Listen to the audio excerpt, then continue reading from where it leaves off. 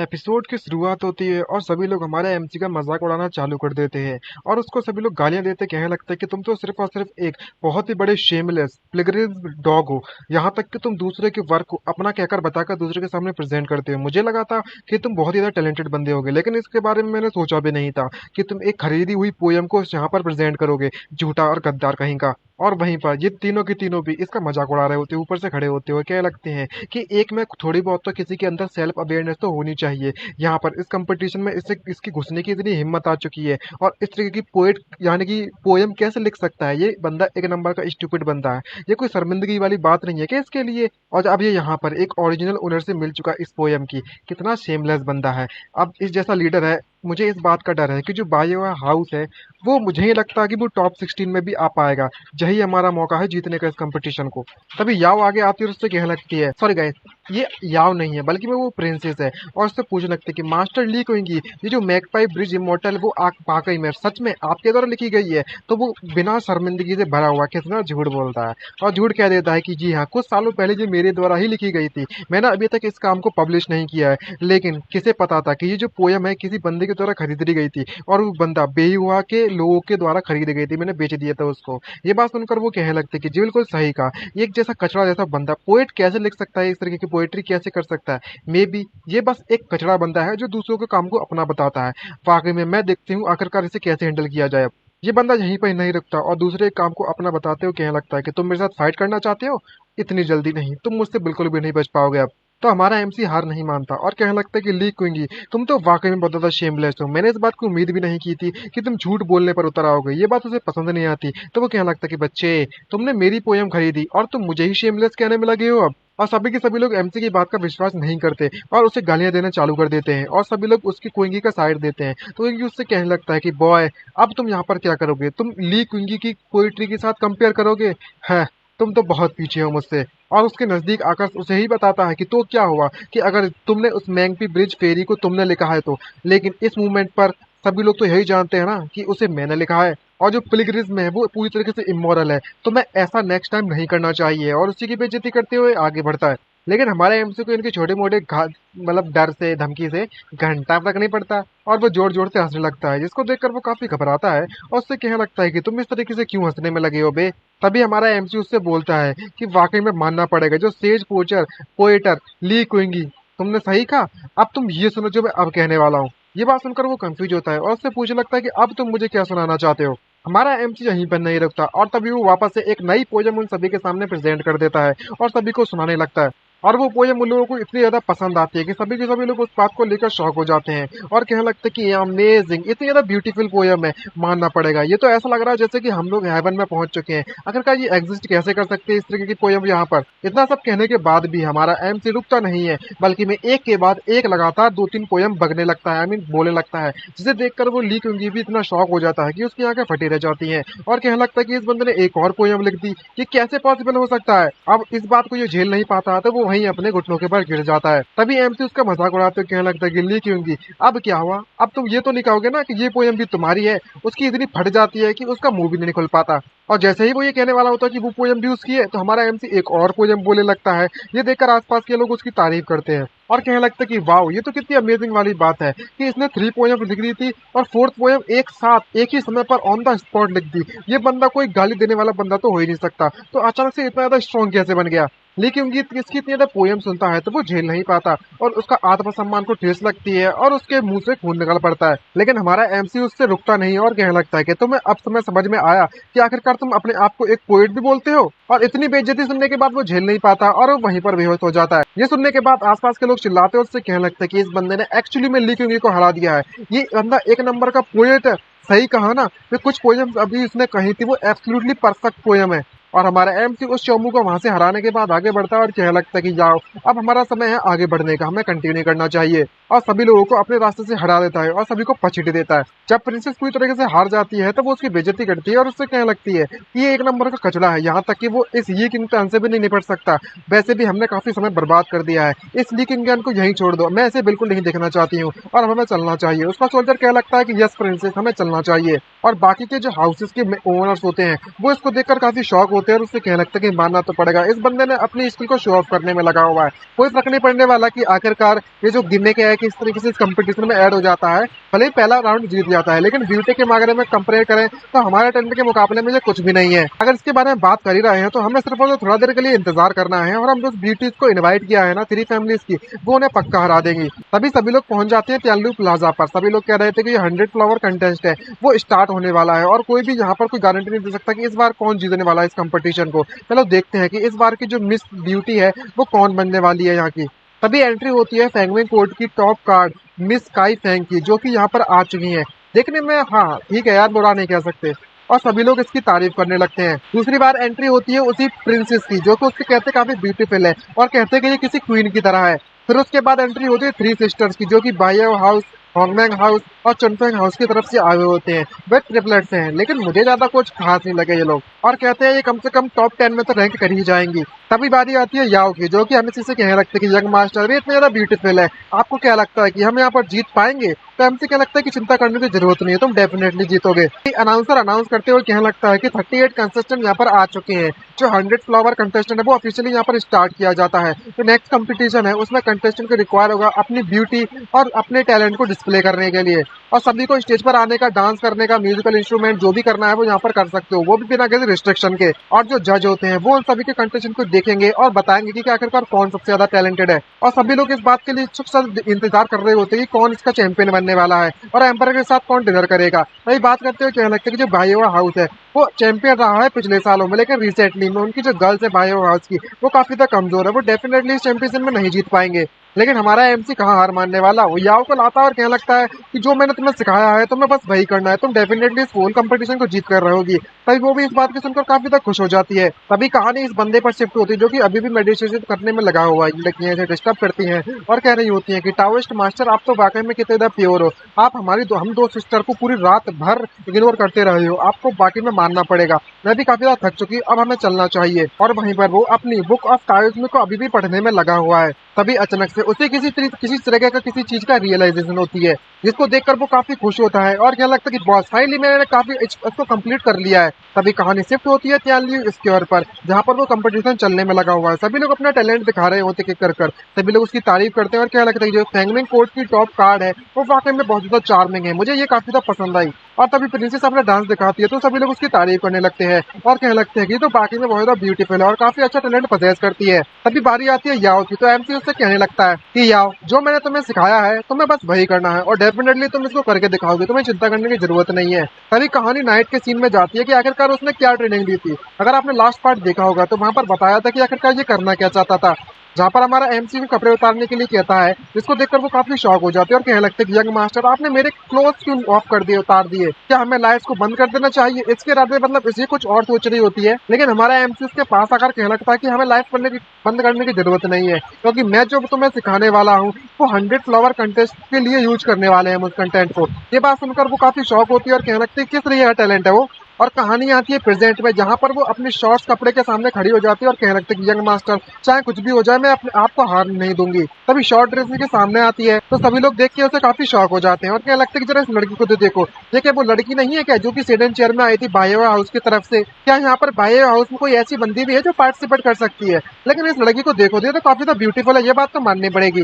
तभी याओ अपनी ड्रेस को बदल देती है तो वो पहले के मुकाबले में काफी ज्यादा बवाल लग रही होती है। उसने वो उतार दिया है, पीछे जो कोट था जो भी होता है उसे उतार दिया, अब शॉर्ट ड्रेस में आ चुकी है, जिसको देखकर सभी शॉक होते हैं। लेकिन एमसी खुश होता है मन ही मन में और कहने लगता है कि आज मैं तुम सभी की आंखें खोल दूंगा। और उसके बाद एक चुटकी बजाता है तो वहां पर बैकग्राउंड में म्यूजिक बजना चालू हो जाता है और तभी हमारी जो याओ है वो मॉडर्न तरीके का कैटवॉक पकड़ना चालू कर देती है। और जब ये कैटवॉक करती है तो सभी की आंखें फटे की फटे रह जाती है, जहाँ तक कि हमारे व्यूअर्स की भी, क्योंकि ये कैटवॉक की वो पोजीशन दे रही होती है कि जो कि कभी बवाल लग रही होती है सभी के सामने, जिसको देखकर सभी शॉक हो जाते हैं और कहने लगता है कि क्या टैलेंट है यार, ये टैलेंट तो वाकई में बहुत ज्यादा अमेजिंग है। मेरी जो हार्ट बीट है वो वाकई में बहुत तेजी से दौड़ने में लगी हुई है। ओ माय गॉड, ये कितनी तो ब्यूटीफुल है, हे भगवान, ये तो मानना पड़ेगा, ये तो सपनों की परी है हम सभी के लिए। और वो कई सारे पोजेस मारती है जिससे कि सभी लोग कतई बावड़े हो जाते हैं और शौक के मारे बेहोश हो जाते हैं और उनके नाक से ब्लड बहने लगता है और कहते हैं कि क्या वाकई में इस तरह की फेरी यहाँ पर एग्जिस्ट भी करती है। अब मेरी लाइफ में मुझे बिल्कुल भी रिग्रेट्स नहीं रहे हैं। दूसरी तरफ जो ट्रिपलेट्स होती हैं उनको देखकर जेलेसी महसूस करती है और कहने लगती है कि जरा इस बायो हाउस की लड़की तो देखो कितनी ज्यादा ब्यूटीफुल लगने में लगी है। और सारे के सारे जितने भी लौंडे उसे देख रहे होते हैं वो उसकी तरफ भाग जाते हैं और ये जेलेसी के मारे उन्हें गालियां देते हैं और कहने लगती हैं कि ये कितनी ज्यादा हमारे सारे की सारी लेमलाइट हमसे चुरा ली है इस लड़की ने अकेली। दूसरी तरफ एमसी काफी खुश नजर आता है और उससे कह रहा होता है कि ये कैट वॉक है मॉडर्न मॉडर्न वर्ल्ड की और ये इस नई न्यू स्टेज पे से प्रेजेंट किया है, कोई भी नहीं हरा सकता इसको।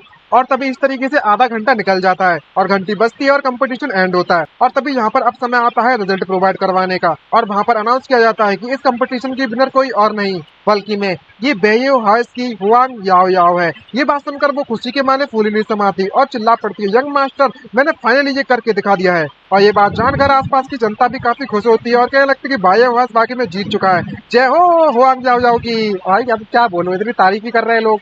जब हुआंग जाओ जाओ ऐसे जीत जाती है तो प्रिंसेस को ये बात पसंद नहीं आती और वो अपनी स्वॉर्ड फेंकती है और कहने लगती है कि आखिरकार ये लड़की आखिरकार इस कंपटीशन को कैसे जीत सकती है। और ये ट्रिपलेट्स भी काफी शौक होते हैं और कहने लगते हैं कि अब हमें क्या करना चाहिए, हमारा हमारा प्लान फेल्ड हो चुका है, हमें गिव अप नहीं कर सकते, हमें कोई दूसरा रास्ता ढूंढना पड़ेगा। और तभी उसकी तरफ जाती है और कहने लगती है कि तुम यहीं पर रुको, मैं इसका अभी ख्याल रख कर आती हूँ। और वो एमसी की तरफ जाती है तो एमसी उससे पूछ लगता है कि अगर ये यहाँ पर क्या आने में लगी हुई है। इसको देखकर लगता है कि ये काफी एंग्री है, लगता है ये कंपटीशन नहीं जीती इसलिए काफी पगला गई है। और पता चलता है कि ये तो स्वॉर्ड लेकर बढ़ रही है हमारे एमसी की तरफ और उससे धमकाती है एमसी को और कहती है कि मुझे ये 100 फ्लावर कंपटीशन आज जीतना ही होगा, तो प्लीज मैं रिक्वेस्ट करती हूँ कि तुम यहाँ से बैकअप कर जाओ। तो वापस हार मान लो, तो मैं तुम्हें एक और मौका दूंगी कि बोनस के तौर पर जो विक्ट्री है वो मैं तुम्हें देने के लिए तैयार हूँ। उसके बाद तुम चूज कर सकती हो, जो भी तुम्हारी इच्छा है हम वो पूरी करने के लिए तैयार है। लेकिन हमारा एमसी उसकी स्वॉर्ड को गिरा देता है और कहने लगता है कि तुम यहाँ से दूर हट जाओ, अगर तुम कोई तरीके का ऑफर बना भी लेते हो तो भी मैं तुम्हें मना कर दूंगा। ये बात सुनकर वो पूछती है कि तुम इस बात को लेकर श्योर हो। तो एमसी कहने लगता है कि ऑफकोर्स मैं श्योर हूँ इस बात के लिए, मैं आखिरकार तभी तो यहाँ पर खड़ा हुआ हूँ। और तो और तुम्हें क्या लगता है, मैं तुम्हें मौका देता हूँ यहाँ से जाने का, तुम चूज खुद कर लो। तो वो कहने लगती है कि तुम्हें केयरफुल रहना चाहिए, अगर तुम मारे गए तो 100 फ्लावर कंपटीशन वैसे भी मेरा हो जाएगा, तुम्हारे पास कोई चारा नहीं बचेगा। जब वो एमसी को धमकाती है तो एमसी भी सनक जाती है और वो अपनी पावर्स का यूज करता है उसे धमकाने के लिए और कहने लगता है क्या तुमने अभी मुझे धमकाया, तेरा तो गेम बजाना पड़ेगा। और उसको मेंटल प्रेशर से वहीं पर गिरा देता है। दूसरी तरफ जो प्रिंसेस होती है वो अपने सोल्जर्स को लेकर एमसी की तरफ आती है और उससे कहती है काइजन चाहे कुछ भी हो जाए मैं इस गेम ये इम्तिहान को ये कंपटीशन नहीं जीतने दे सकती, तुम जाओ और इमीडिएटली इसे मार दो। सोल्जर ये बात सुनकर मन में सोचते हुए कहने लगता है कि जो कंपटीशन का चैंपियन है वो आ चुका है और एम्परर का जो प्लान है वो यही प्लान है। और वो तुरंत अपनी फुल फोर्स के साथ हमारे एमसी की तरफ बढ़ पड़ता है और कहने लगता है कि हम नहीं चाहते कि हमारे एम्परर के प्लान के साथ ऐसे इंटरफेयर करे। लेकिन पता चलता है कि ये सोल्जर हमारे एमसी पर अटैक ना करते हुए वो इन लड़कियों को दूर भगाने लगता है, जिसको देखकर एमसी कंफ्यूज होते सोचता है कि आखिरकार ये किस तरीके की सिचुएशन है। सोल्जर उन सभी को धमकाता है और कहने लगता है कि मैं रॉयल सोल्जर्स हूँ और किसी ने भी यहाँ पर कोई झूठा इल्जाम लगाने की कोशिश की इस कंपटीशन में, जहाँ पर रिजल्ट बदलने की कोशिश की तो उसे बिना मर्सी के बिना दया के मार दिया जाएगा ऑन द स्पॉट। वो भी ये देखकर लड़की काफी ज्यादा घबरा जाती हैं और शौक के मारे चिल्ला जाके पीछे हटते हैं और कहने लगते हैं कि सिस्टर ये रॉयल सोल्जर्स है, अब हमें सबसे पहले वापस जाना चाहिए वरना हम वाकई में पता नहीं चलेगा कि हम कहाँ पर हार गए और हमारे बारे में उन सभी को पता भी चल जाएगा। ये बात सुनकर दूसरी लड़की कहने लगती है कि हाँ ये काफी डिफिकल्ट सिचुएशन है, हमें थोड़ी देर के लिए चलना चाहिए यहाँ से। अब जब इनके पास कोई भी ऑप्शन नहीं बचता तो वो यहाँ से फॉल बैक कर जाते हैं। एमसी पूरी तरीके से कंफ्यूज होता है और प्रिंस भी पूरी तरीके से कंफ्यूज होती है और शौक के मारे कुछ समझ नहीं पा रही होती और कह रही होती है कि अभी अभी यहाँ पर क्या जो काई जिन है उसने रिबेल कर दिया है, मैंने इसे ये किंगटन को मारने के लिए कहा था लेकिन वो उसकी मदद करने में लगा हुआ है, लेकिन क्यों। एमसी भी उससे कहने लगता है कि ये तो काफी वियर्ड बात है कि यहाँ पर कुछ ना कुछ तो गड़बड़ है इस लौंडे के साथ। तभी याओ उसके पास आकर कहने लगता है कि यंग मास्टर ये मैं हूँ, मैं जरा आप मुझे तो देखिए, उन सभी पर ध्यान मत दीजिए। तभी एमसी याओ के पास आकर उससे कहने लगता है कि याओ तुम तो वाकई में बहुत अच्छे तरीके से परफॉर्म किया है, तुमने तो काफी अच्छा काम किया है, तुमने मुझे मतलब मेरी उम्मीदों पर खरी उतरी हो। और जो जांग दालाउन है उससे जब इसके बारे में पता चलेगा तो वो डेफिनेटली ग्रेटफुल रहेगा। और ये बात सुनकर वो भी काफी खुश होती है और उससे कहने लगती है कि मैं तो बस यंग मास्टर को हैप्पी देखना चाहती हूँ और कुछ भी नहीं। ये दोनों के दोनों किसी कपल की तरह लग रहे होते हैं। तभी जांग दावला ने भी उसके पास आकर कहने लगता है कि बॉस मैं यहाँ पर आ चुका हूँ। तो एमसी कहने लगता है कि कैसा लगा लास्ट नाइट की तुम्हारी प्रैक्टिस कैसी गई, क्या तुमने अपनी वर्जिनिटी को खो दिया या फिर अपने आप को कंट्रोल कर पाए। तो वो उससे कहने लगता है कि जी मैंने अपने आप को एनलाइटेड कर लिया है। बाय द वे एक बात बताइए बॉस, आखिरकार अभी आप यहाँ कैसा करने में लगे हुए हो। तो वो बताता है हमारा एमसी तुम खुद गैस करके देख लो। तब मुझे बात सुनता है तो काफी खुश होता है और कहने लगता है कांग्रेचुलेशन मास्टर ही, आपने इस कंपटीशन को जीत लिया है।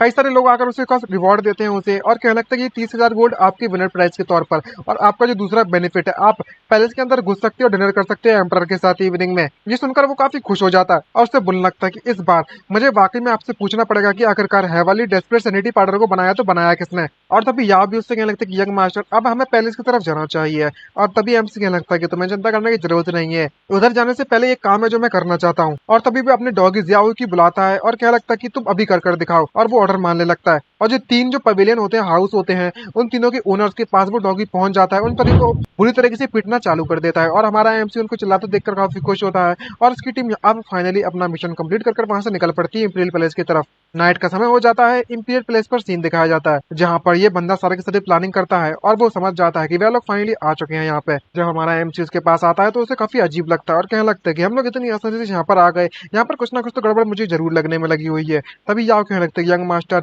आपको यहाँ पर अच्छा नहीं लग रहा क्या? तो एमसी बोलने लगता है कि इसकी पर्सनैलिटी देखते हुए डोंगफेंग फैमिली की, तो वो डेफिनेटली यहाँ पर इतनी आसानी से एंटर कर पाया प्लेस में, मुझे थोड़ा डाउट तो होने में लगा हुआ है। यहाँ तक कि ये जो ट्रिप है वो काफी स्मूथ लगने में लगी हुई है, बिल्कुल भी स्ट्रगल नहीं किया अपन लोगों ने।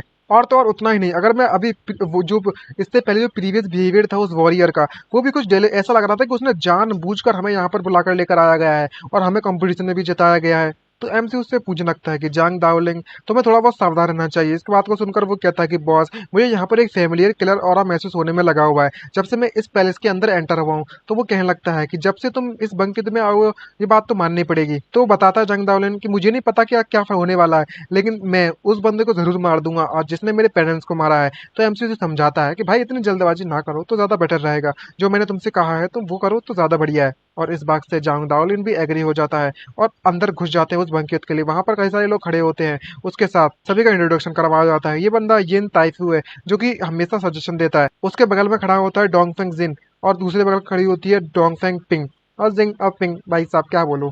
हमारा एमसी जब उन्हें देखता है तो मुस्कुराते हुए मन में सोचते हुए कहने लगता है कि मैंने फाइनली इसे देख लिया है, आखिरकार किस तरीके के इंपीरियल बंकित होने वाला है आज यहाँ पर। तभी अनाउंसमेंट होती है कि जो एम्पर है वो एंटर मार रहे हैं, और सभी लोग उसके सामने अपना सर झुका देते हैं। लेकिन जब हमारा एमसी उसके सामने अपना सर नहीं झुकाता तो ये बात एम्पर को बिल्कुल भी पसंद नहीं आती, और सभी लोग उस पर चिल्लाते हैं और कहने लगते हैं कि आखिरकार तुम इस हाइनेस को देखने के बाद अपना सर क्यों नहीं झुका रहे हो, अपने घुटनों के ऊपर टिक जाओ। तो एमसी उससे कहने लगता है कि जहां तक कि मेरे पेरेंट्स के अलावा और मेरे एंसेस्टर के अलावा यहाँ पर ये फैमिली में ऐसा कोई बंदा नहीं है जो कि दूसरे बंदे के सामने अपने सर झुका सके। यहाँ तक कि एक एम्पर भी नहीं झुकवा सकता हमारा सर अपने सामने। अगर वो हेवनली किंग भी आ जाए ना, तो वो भी हम अपना सर नहीं झुकाएंगे उसके सामने। ये बात प्रिंसेस को बिल्कुल भी पसंद नहीं आती और वो उससे चिल्लाती है, उससे कहने लगती है, ये इम्तिहान तुम वाकई में बहुत ज्यादा बेशरम हो चुके हो, ये कैपिटल ऑफेंस है, तुम्हें इसके बारे में पता भी है, तुम्हें अपने एम्पर के सामने सर झुकाना ही होगा। जहां पर याओ आगे आकर उसे शांत करती है, उससे कहने लगती है कि एम्पर आपको शांत हो जाना चाहिए, और इनके बदले में मैं आपके सामने अपना सर झुकाने के लिए तैयार हूँ। लेकिन ऐसा करने से हमारा एमसी उसे रोक देता है और उससे क्या लगता है कि याओ,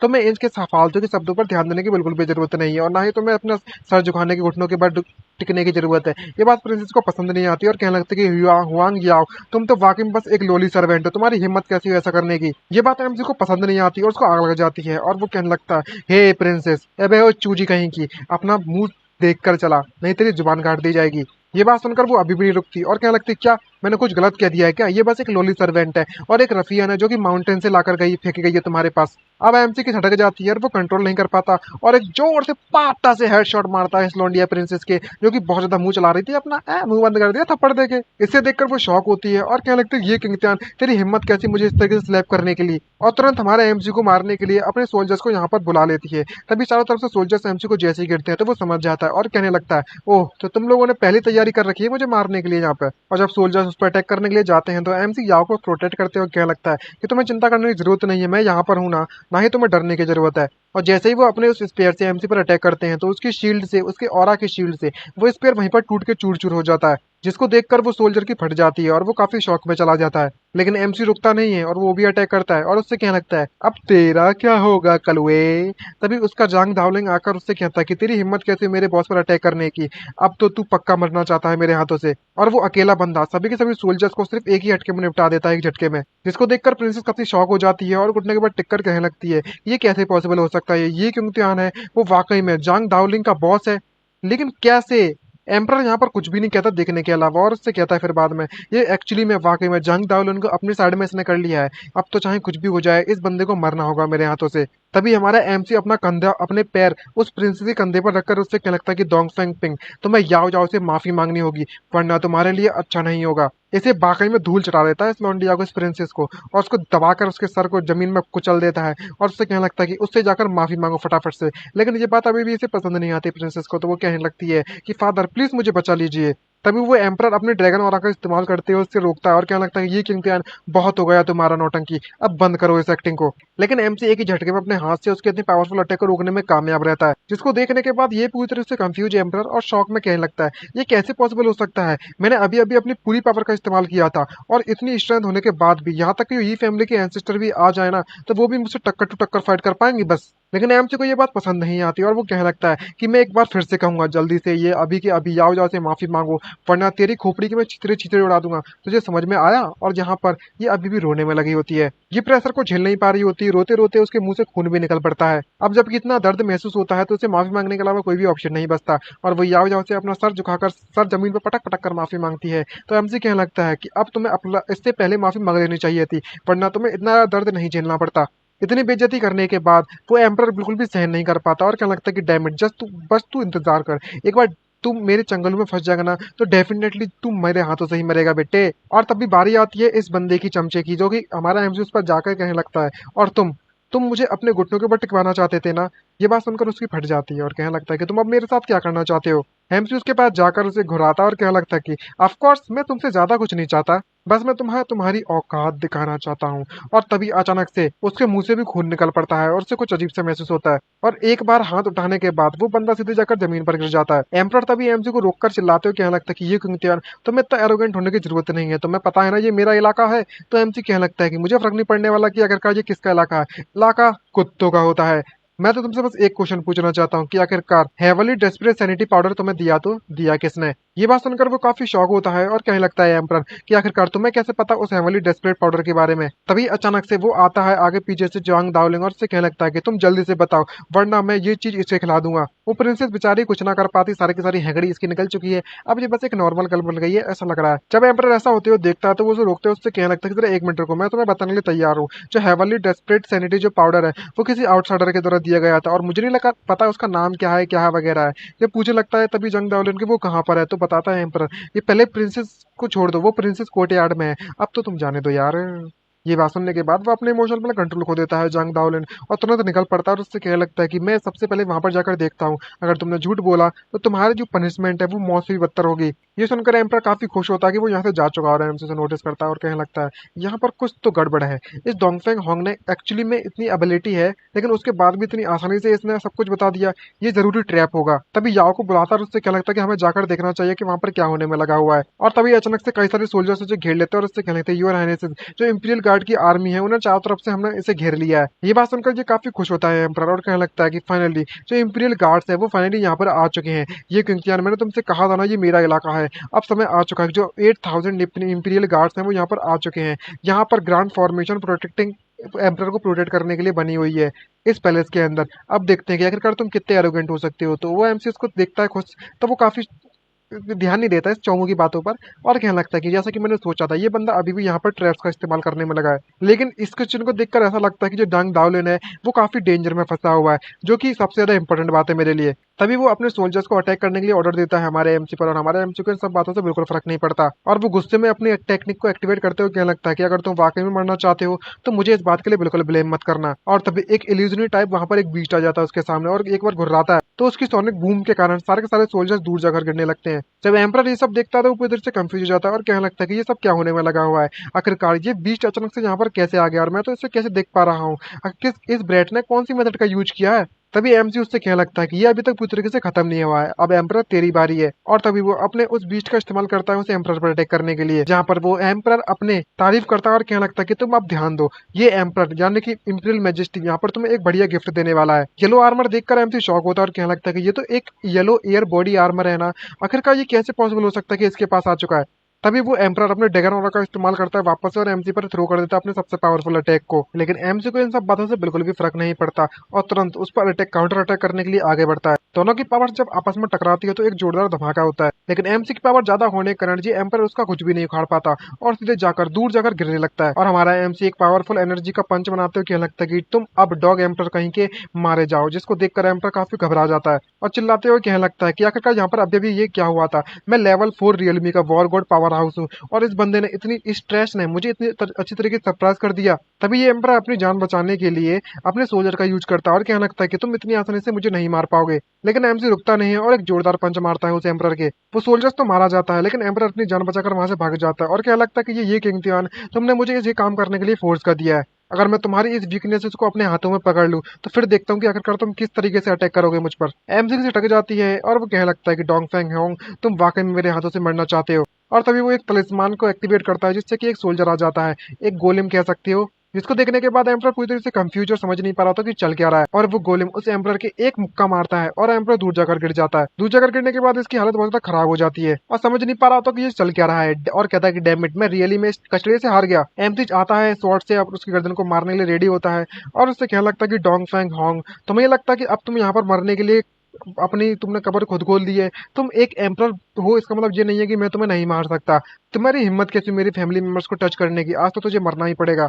और तभी तुरंत हमारा एमसी उसके हाथ को काट देता है वहीं पर और ये प्रिंसेस यहाँ पर कुछ भी ना कर पाती चिल्लाने के अलावा। तभी एमसी धमकाते उससे क्या लगता है कि डॉग एम्परर, मैं तुम्हें 2 मौके देना चाहूंगा, मेरे क्वेश्चन का जवाब दो और अगर मैं सेटिस्फाई हो गया तो मैं जाने दूंगा, और दूसरा अगर तुम वाकई में अपनी सेल्फ कल्टीवेशन को क्लियर कर लेते हो और डॉग बन जाते हो हमारी साइड में आज से, तो मैं तुम्हारी जान बख्श दूंगा। ये बात सुनकर एम्परर की फट जाती है और क्या लगता है कि मैं सेकंड ऑप्शन को चुनने के लिए तैयार हूँ। तो एमसी क्या लगता है कि तुम वाकई में भी जिंदा रहना चाहते हो, तो मुझे बताओ कि आखिरकार तुम्हें ये सब किसने सिखाया, कौन आखिरकार जोंग दहली की लाश के पीछे पड़ा है। तो एम्परर बताता है ये डीमन किंग है, डीमन किंग ने मुझे ये सब करने के लिए कहा था। इसकी पूरी तरह से फट जाती है और क्या लगता है ये जो बंदा है, इसको देखकर पता चलता है कि मैं इसे नहीं हरा सकता। तो एमसी भी इसकी दिखता है और कहने लगता है कि ये बंदा इस सीन के पीछे बिल्कुल भी नहीं लगता, लेकिन मैं साफ साफ कह सकता हूँ जो मास्टर जू है जिसके बारे में ये बात कर रहा था, वो सारा का सारा कांड उसने ही किया होगा। एमसी पूरी तरह से कंफ्यूज होता है और उससे पूछने लगता है कि डीमन किंग, आखिरकार ये डीमन किंग क्या है, क्या करता है और उसका जांग डावलंग से क्या लेना देना है। तो एम्परर बताता है कि मुझे नहीं पता कि क्या कह रहे हो तुम, मैं बस एक उनके ऑर्डर्स को फॉलो करता हूँ, वरना जो डीमन किंग है वो मुझे मार देंगे। और जो ग्रीन रॉड मास्टर है वो एक इंपीरियल सिटी में लास्ट टाइम देखे गए थे और वो डीमन किंग है वुल्फ क्लैन का। ये बात सुनकर एमसी से पूछता है कि ये डीमन किंग अभी है कहाँ पर। तो वो कहने लगता है कि प्रिंसेस पैलेस पर। तो एमसी उसकी बात मानता है और कहने लगता है कि तुम वाकई मेरे क्वेश्चन का जवाब देना चाहते हो, मैं तुम्हारी जान इस वक्त तो बच दूंगा, लेकिन दूसरी बार अगर तुम मेरे हाथों पर चढ़े अंटे में तुम पक्का मारे जाओगे। अगर तुम मेरी जिंदगी में दखल देना बंद नहीं करोगे तो मैं तुम्हारी जिंदगी की पूरी तरीके से नरक बना दूंगा। और वो ये देखकर घबरा जाता है और कहने लगता है कि ठीक है मैं समझ चुका हूँ। तभी याओ को अपने साथ लेकर जाता है और कहता है कि हमें प्रिंसेस पैलेस की तरफ जाना चाहिए और वो इस बात के साथ एग्री हो जाती है। इसकी हालत बहुत ज्यादा खराब हो चुकी है, हाथ कट चुका है और क्या लगता है कि ये किंग तुआन, तुम तो वाकई में अपनी कल्टीवेशन को छुपाने में काफी एक्सपर्ट हो, तुमने अपनी कल्टीवेशन लेवल को ऑलरेडी एम्परर रियल में पहुंचा लिया है। हाँ, तो क्या हुआ, अगर तुम एक बार एक प्रिंसेस पैलेस में चले गए तो तुम डेफिनेटली मारे जाओगे वहां पे। तभी याओ उससे पूछने लगती है कि यंग मास्टर क्या तुम्हें हमें प्रिंसेस पैलेस पर जाना जरूरी है।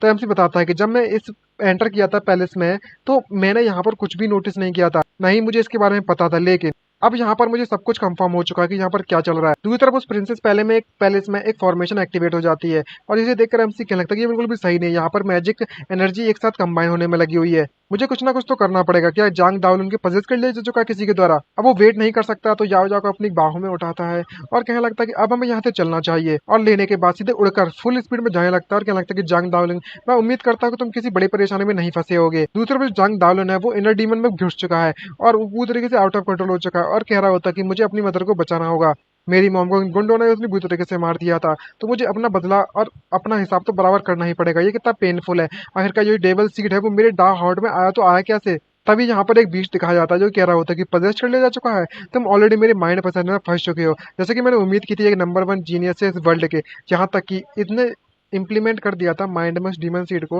लेकिन तुम अभी भी मुझे हर्ट करने में कामयाब रहे हो। मैं बाकी में तुम्हारी तारीफ करता हूँ, मैं भी देखना चाहता हूँ, लेकिन अब तुम क्या करोगे मेरे सामने। और तभी अचानक से वो फुल स्पीड में वो बीस्ट जांग दालन की तरफ अटैक करने के लिए चला जाता है और क्या लगता है कि इस स्टेट में तुम्हारी बॉडी पूरी तरह से पजेस्ड हो रखी है, अब तुम्हें यहाँ पर कोई भी नहीं बचा सकता, अब तुम जाओ और मारे जा सकते हो। लेकिन वो किसी तरीके से डॉज करने में कामयाब रहता है, लेकिन उसका पूरा अटैक तो डॉज नहीं होता, लेकिन फिर भी अटैक करता है और आपस में दोनों का घमासान जो तो फिर से चालू हो जाता है। जंग दालो ने उससे पूछता है कि तुम मुझे मारने की कोशिश क्यों करने में लगे हो, क्या तुमने मेरे पेरेंट्स को मारा? तो वो डॉग कहने लगता है कि तुम गैस कर सकते हो। तो जंग दालो ने पूछता है कि तुम मुझे सच सच बताओ। तभी वो डेविल उससे पूछता है इनर डीमन इसका कि आखिरकार तुम चाहते क्या हो? तुम ऑलरेडी कंप्लीटली पोजेशन में फंस चुके हो और अब तुम इस पोजेशन से बचकर नहीं भाग सकते। मैं तुम्हारी मदद करूंगा तुम्हारा बदला लेने के लिए और तुम्हारे पेरेंट्स का पूरा हिसाब बराबर करूंगा उससे।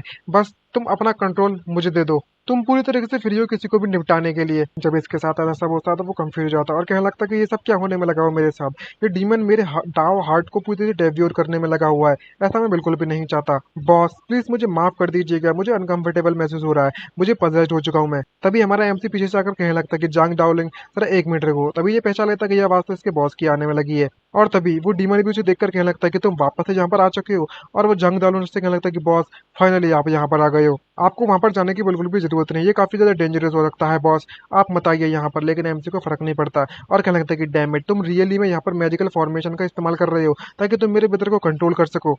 तुम तो मुझे बिल्कुल भी सीरियसली नहीं लेने की कोशिश कर रहे हो। और वो काफी गुस्से में नजर आता है इस वक्त हमारा एमसी। और बिना किसी प्रॉब्लम के हमारा एमसी उस तक पहुंच जाता है उस फॉर्मेशन के बीच में और कहने लगता है कि तुम्हें चिंता करने की जरूरत नहीं है, ये बस एक मैजिकल पुलिंग एरे है, ये मेरा कुछ भी नहीं बिगाड़ सकता। जिसको देखकर वो काफी शॉक होता है और रोना चालू कर देता है। दूसरी तरफ ये डॉग बीस्ट पूरी तरह से कंफ्यूज होता है और कहने लगता है कि ये इम्पॉसिबल है, ये एक मैजिक एरे है जो कि पर्सनली जियो त्यांशु के द्वारा ही यहाँ पर सेटअप किया गया था। एक ऑर्डिनरी पर्सन जो कि इनर डीमंस के द्वारा डेब्यूट कर लिया जा चुका है, उसे तो कर देना चाहिए एक ऑर्डिनरी पर्सन को और वो मर जाना चाहिए अभी तक। लेकिन ये बंदा सुरक्षित कैसे है? तभी एमसी उससे कहने लगता है कि जांग दाओलिंग अगर तुम इंसिस्ट करते हो तो मैं इस फॉर्मेशन को थोड़ी देर में तोड़ दूंगा, चिंता मत करो, तो बस अपने आप को संभाल कर रखना होगा। हर फॉर्मेशन का एक कोर होता है, जब तक हम उसे ढूंढ लेंगे तो हम इजिली इसको तोड़ने में कामयाब रहेंगे। और तभी हमारा एमसी बिना किसी दिक्कत के उसकी फॉर्मेशन कोर को ढूंढने में कामयाब रहता है और कहने लगता है कि ये जरूरी वही होगा और तुरंत अपने हाथों से उसके मेन कोर पर अपने हाथों से तोड़ने की कोशिश करने लगता है। ये देखकर ये बंदा काफी शॉक होता है और उससे कहने लगता है कि ये बिल्कुल भी सही नहीं हो रहा और अपने डॉगी को ऑर्डर देता है कि तुम किस चीज का इंतजार कर रहे हो भाई, अब जाओ और उस बच्चे को जल्दी से जाकर मार दो। तभी इसके पास एक पिल होती है, उस पिल को खाने के बाद इस बीस्ट की एनर्जी पहले के मुकाबले में बहुत ज्यादा बढ़ जाती है और कहने लगता है कि तुमने ऑलमोस्ट मुझे मार ही दिया होता है, लेकिन इस बार इस पिल को खाने के बाद, मैजिक पिल को खाने के बाद मेरी स्ट्रेंथ इंटरमीडिएट लेवल पर पहुंच चुकी है एम्परर रियलमी के। अब देखते हैं कि आखिरकार तुम अब मेरा क्या बिगाड़ पाओगे और तुम मेरे खिलाफ यहाँ पर जीत भी पाओगे। तभी वो उससे कहने लगता है कि जंग दालन बॉस आप मुझे छोड़कर अकेले यहाँ से चले जाइए वरना आपके साथ बुरा होगा। तो हमसे कहने लगता है कि नहीं, अगर मैं यहाँ से चला गया तुमसे मिलने के बाद भी तो मेरे इतने भी एफर्ट्स हैं वो वेस्ट हो जाएंगे और मैं कभी भी ब्रेक इस फॉर्मेशन को वापस से तुम्हें नहीं रोकने दूंगा और इस फॉर्मेशन को मैं फिर से तोड़ दूंगा। जो करना है इस बंदे को वो करने दो, मैं भी तो देखना चाहता हूँ कि ये बंदा कितना ज्यादा पावरफुल है। और जैसे ये डॉगी हमारे एमसी की तरफ अटैक करने के लिए भगता है, लेकिन हमारे एमसी की जो प्रोटेक्शन शील्ड होती है वो इतनी पावरफुल होती है कि एक ही झटके में उस डॉगी को दूर फेंक देती है। जिसको देखने के बाद सभी लोग शॉक होते हैं और कहने लगते हैं कि ये किंग तियान, मैं भी अपनी आंखों से तुम्हें मरते हुए देखना चाहता हूँ। एक बार तुम मारे जाओगे तो मैं तुम्हारी डेथ को कम से कम 3 दिन और 3 रातों तक यहाँ पर सेलिब्रेट करने वाला हूँ और मेरे दिल की जो गुस्सा है ना, नफरत है, वो तभी उसे शांत मिलेगी। ये लोग मजे कर ही रहे होते हैं तभी अंदर से बहुत ज्यादा प्रेशर जनरेट होता है, जिसको देखकर एम्पर कंफ्यूज और समझ नहीं पा रहा होता कि ये सब क्या चलने में लगा है। क्योंकि ये डॉगी है वो अटैक करता है बैक टू बैक लेकिन कुछ बिगाड़ नहीं पाता हमारे एमसी का और कहता है ये तो पूरी तरीके से इम्पॉसिबल है, मैं जो कि इंटरमीडिएट लेवल पर है एम्पर रियलमी के आखिरकार इस बंदे को एक खरोंच तक नहीं दे सकता, इम्पॉसिबल। तभी एमसी उससे कहने लगता है कि ये सभी के सभी बस मुझे ऐसा लग रहा है कि मेरे को कोई चींटी काटने में लगी है, खुजली मच रही है बस और कुछ नहीं। जिसको देखकर ये एम्पर भी शॉक और उससे कहने लगता है कि जो डीमन किंग के जो पंचेस हैं वो वाकई में पावरफुल होने चाहिए किसी भी पैलेस गार्ड को मारने के लिए इंस्टेंटली, लेकिन एक्चुअली में ये ट्रैश और कचरा इसको संभालने में कामयाब रहा। तभी दूसरा बंदा कहने लगता है कि योर मैजेस्टी ये मैन जरूरी एक डीमन होगा। दूसरा इसे देखकर ये बंदा भी शॉक होता है और कह पड़ता है कि अक्का ये बच्चा है तो है कौन, इस बंदे को हम जिंदा नहीं रहने दे सकते, इसे मारना होगा, जाओ और जल्दी से मार दो इसको। तभी ये डीमन अपने गुस्से पर कंट्रोल खो देता है और फुल पावर में हमारे एमसी पर अटैक करने के लिए कूद पड़ता है। जिसको देखकर एमसी कहने लगता है कि डैम इट, लगता है कि ये अभी तक पूरी तरीके से खत्म नहीं हुआ। ये डॉगी वाकई में बहुत ज्यादा अनोइंग है, बस एक नॉर्मल पंच मारता है उसकी तरफ थ्रो करता है और वो बंदा वो डॉगी दूर जाकर गिरता है सीधे और उसकी बैंड बच जाती है। तभी हमारा एमसी उस जांग दाओलिन को रोकता है और उससे कहने लगता है कि इस फॉर्मेशन को तोड़ने में थोड़ा टाइम लगेगा, अब जैसा मैं तुमसे कह रहा हूँ तुम वैसा करो, तुम्हारे बॉडी के अंदर डीमन सीड है, तुम्हें सबसे पहले उससे छुटकारा पाना होगा। तो जंग दाओलिन ने बताने लगता है कि तुम्हें इसकी बात सुनने की बिल्कुल भी जरूरत नहीं, डीमन सीड उससे कह रहा है कि तुम इसकी बात ना सुनो, ये काफी पेनफुल है तुम्हारे लिए, मैंने सही कहा ना, तुम्हें डिमोनिक पाथ पर चलना चाहिए, मैं तुम्हारी फुल मदद करूंगा। तो एमसी से बताता है और उससे कहने लगता है कि जो डीमन तुमसे जो भी कह रहा है मुझे सब कुछ सुनाई दे रहा है वो भी क्लियरली, तो तुम्हें इसकी बात सुनने की बिल्कुल भी जरूरत नहीं है। ताओ शेंजुई ताओ ही अपने हार्ट को कंसल्ट करो और अपने जितना हो सके हेवन एंड अर्थ के कंडेंस करने की कोशिश करो। और ये बंदा तभी अपनी मेडिटेशन पोजीशन में चला जाता है। तभी डीमन किंग चिल्लाता है और कहने लगता है ये काफी लेट हो चुका है, जंग दाओलिन पक्का मारा जाएगा आज। लेकिन एमसी अभी भी रुकता नहीं है और वो अपने मंत्र को पढ़ना जारी रखता है और डीमन उसे रोकने की फुल कोशिश करता है और खूब भटकाने की कोशिश करता है कि आखिरकार ये सब क्या चलने में लगा है। ये एक्चुअली में यहाँ पर रियलाइज करने में लगा हुआ है इस एनलाइटमेंट को। तभी हमारा एमसी क्या लगता है कि मैं सेक्रीफाइस करूंगा अपनी लाइफ को ताकि तुम्हारे फेट को मैं बदल सकूं, तुम्हारी किस्मत को बदल सकूं। तो प्लीज मैं उम्मीद करता हूं कि तुम मुझे इस बार डिसअपॉइंट नहीं करोगे। और तभी अचानक से वो बंदा एनलाइटमेंट हो जाता है और उसके तुरंत बाद इसकी पावर लेवल बढ़ जाती है और वो हवा में उड़ने लगता है और उसका धन्यवाद कहता है, बॉस आपका बहुत बहुत धन्यवाद। और तभी एक इमोर्टल बीइंग जैसी परछाई आती है, एक शेडो आती है और उसको इसके माथे पर एनलाइटमेंट देने लगती है। और एनलाइटमेंट हासिल करने के बाद जांग डाओलिंग उससे ब्रेक थ्रू करना चालू कर देता है। War God first grade, second grade, third grade, ninth grade तक पहुंच जाता है ब्रेक थ्रू करते करते। ये देखने के बाद सभी लोग पूरी तरीके से कंफ्यूज हो जाते हैं, खासकर ये डॉगी। और क्या लगता है कि यहाँ पर क्या चलने में लगा है, ये एक्चुअली में कंप्लीट करने में कामयाब रहा उस डाव को एंड ब्रेक थ्रू भी कर लिया। वैसे इतना ही नहीं, तो एमसी भी खुश होता है और उससे क्या लगता है कि तुमने बिल्कुल सही कहा, तुमने मुझे मेरी एक्सपेक्टेशन को बिल्कुल भी डिसअपॉइंट नहीं किया, ये बात तो मानना पड़ेगा। और बिना किसी दिक्कत के यहाँ पर ये ब्रेक थ्रू करने में कामयाब होता है। एम्परर रियल में ब्रेक थ्रू कर जाता है फाइनली। और जब ये ब्रेक थ्रू करता है तो वो काफी जोर से चिल्लाता है और तभी सिस्टम का नोटिफिकेशन आता है कि इस तरीके से अगर ब्रेक थ्रू ये करता रहा तो तुम्हारी जो शील्ड है उस पर जल्दी इफेक्ट पड़ेगा। और 3 पॉइंट रह जाते हैं इसकी सील टूटने के लिए, सेकंड सील टूटने के लिए। इसको देखकर वो काफी खुश होता है और उससे क्या लगता है कि मुझे इस सेकंड सील रिंग को तोड़ने में ज्यादा समय नहीं लगेगा। जब ये ऐसा होने में लगा हुआ तो ये एम्परर और एम्परर की टीम की तो फटी पड़ी होती है। उसका साथी कहता है कि जो एम्परर रियल में पहुंच चुका है ये बंदा, ये एक्चुअली में एम्परर रियल में पहुंच गया, मुझे विश्वास नहीं होता। प्रिंस क्या लगता है कि जैसा कि हमने उम्मीद की थी नंबर 1 टैलेंट से, ड्रैगन एंड टाइगर सेट के बंदे से, एम्परर कहता है कि हम तो खत्म, अब हमारा जो मिशन है वो कम्प्लीटली फेल्ड हो चुका है। तभी ये चिल्लाता है जोर से ब्रेक थ्रू करने वाला कि one thou divine technique, immovable as a mountain, mountain की तरह हिलाना भी उसे बहुत ज्यादा मुश्किल होता है। और इस डीमन को हराने के लिए वो इस टेक्निक का इस्तेमाल कर रहा है। इसको देखकर इस डीमन किंग की फट जाती है और वो कहने लगता है अनबिलीवेबल, ये कुंगत्यान कैजुअली कुछ पॉइंटर्स अगर दे देगा उस बंदे को तो ये बंदा एम्परर रियलमी पर ब्रेक थ्रू कर गया। भाई ये कैसे मालूम है, इसने कैजुअली में ब्रेक थ्रू करवा दिया इस बंदे को। डैम इट, जांग डाउलिंग का जो एम्परर रियलमी का ऑरा है वो स्ट्रॉन्गर है मेरे मुकाबले में तो बहुत ज्यादा। शिट, अब मुझे यहाँ पर क्या करना चाहिए। और तभी एक जोरदार धमाका होता है और उस धमाके से जंग दाउलिन बाहर निकलता है और एक बड़ी अलग ही लाइट में निकल रहा है भाई ये। और फाइनली वहां पर सारा का सारा कमोशन खत्म होता है और वो एमसी से कहने लगता है कि बॉस, जो डीमन है जो एरे के अंदर था, जो अभी भी स्टिमुलेट करने में लगा हुआ डीमन सीड को मेरे अंदर, तो पहले इसे एरे को आपको जल्दी से तोड़ना होगा। तभी हमारा एमसी अपना ब्लड निकालता है और कहने लगता है कि तुम्हें थोड़ा पेशेंट रखो, शांति, चिल मारो यार, चिल मारो, तुम्हारा यहाँ पर कोई भी कुछ ना बिगाड़ सकता, इस परेशानी को मैं तुम्हारे लिए सॉल्व कर दूंगा।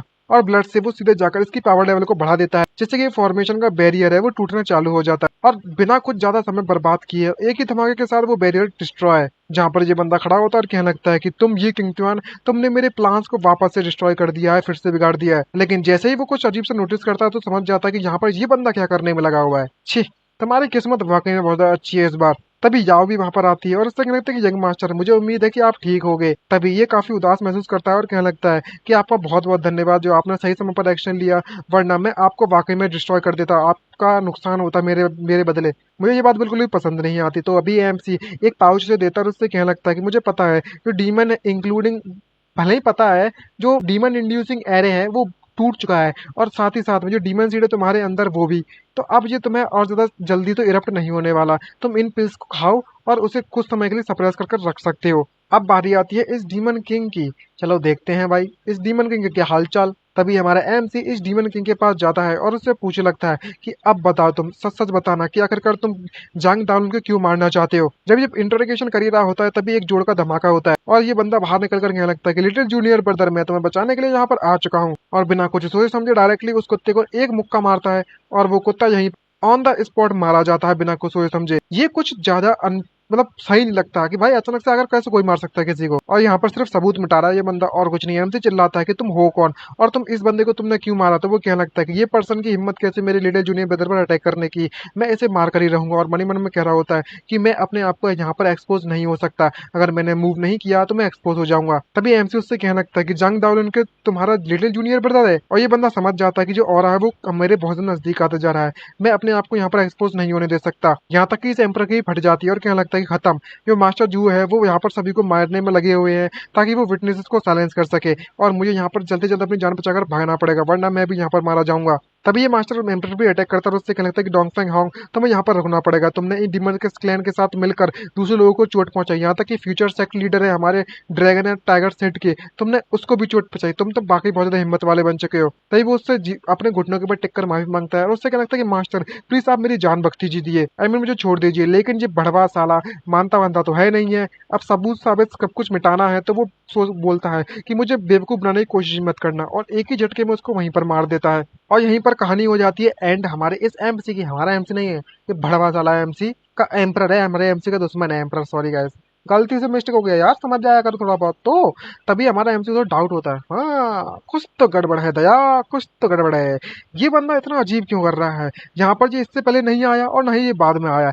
लेकिन जी जैसे ये बंदे यही ये यहाँ पर आया, तो इसी के साथ साथ इसने हमारी जो इम्पोर्टेंट लीड थी, ये दो बंदे जो कि मुझे असली कल्प्रिट तक पहुंचा सके, उन दोनों को इसने तुरंत मार दिया।